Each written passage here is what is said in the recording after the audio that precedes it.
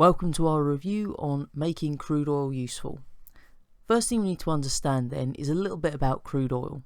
So crude oil is a fossil fuel, and it was actually formed from the remains of living things that were living in our seas millions of years ago.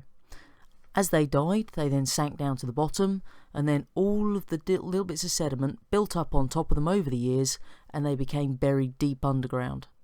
Now, over many millions of years, that's turned into crude oil. Now, crude oil is a non-renewable resource, and what that means is that it was made a long time ago, and we're using it up at a faster rate than it can be made. So what we find is that whenever we're asked about what non-renewable means, we need to say that it's being used up faster than it's being made now, or it's a resource that is going to run out. Now, we've got two other fossil fuels as well, which are coal and natural gas. And all of these fossil fuels are described as finite resources. So this just tells us that there's a limited amount of them available. So if we continue to use them, then they will run out. When we think about crude oil, what we're actually talking about is a mixture of many different hydrocarbons.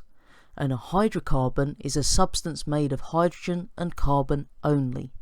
Now that is one of the exam board's favourite questions to ask you. For 2 marks, you get 1 mark if you say that the hydrocarbon is made of hydrogen and carbon, and the second mark, as ridiculous as this sounds, is for the word only. So 2 marks, hydrogen and carbon for the first, the word only is our second. Now what we need to do is, we don't want to try and use crude oil as that whole mixture of hydrocarbons because it wouldn't work. So we need to separate them somehow. And the way we do that is through this process called fractional distillation. What we can see in the picture on the right hand side there then is the fractionating column. So this is the actual bit of machinery that we use to separate out all of those different hydrocarbons that we find in crude oil into the individual fractions. So what we can actually see at the bottom left there, what we're going to do is we're going to have our crude oil. Now we're going to heat it up first of all, and then pipe those vapours into the fractionating column. And the fractionating column has what's called a temperature gradient, and all that means is it's hotter at the bottom and cooler at the top. Now because we've got this mixture of hydrocarbons, then they all have different boiling points. So what we actually find is that the hydrocarbons with the lowest boiling point are going to be able to travel further up the column. Because remember, it gets cooler the higher up we go, so that what we're going to find is the one with the lowest boiling point gets to the highest point, and that's going to leave the column at the very top as a gas, and that fraction is LPG. If we come all the way down to the very bottom, we can see we've got this fraction called bitumen, and that one has the highest boiling point. It's the longest of all our hydrocarbon chains, and it's got the highest boiling point there. So what we're going to find is that one is going to stay at the very bottom because it's got the highest boiling point, and it's going to stay where the column is the hottest. We will find the other ones, as you can see throughout the different side there. So we've got petrol, paraffin, diesel, heating oil and fuel oil. They've all got their own boiling points, and therefore they're going to get to different heights in the column. And it's all down to the fact that the different boiling points are going to condense into a liquid at different temperatures as you go up that column. If we think about what our hydrocarbon actually is, we know it's made of hydrogen and carbon only. Now between each of those hydrogen and carbon atoms, we've got these things called covalent bonds. Now covalent bonds are strong bonds, and between each of the actual molecules of our hydrocarbon, we have these things called intermolecular forces.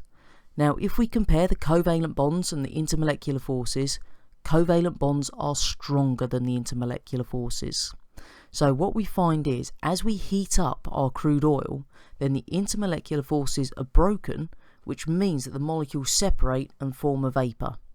So what we find is that the larger the hydrocarbon, so the longer the chain, then the stronger those intermolecular forces are between the hydrocarbon molecules.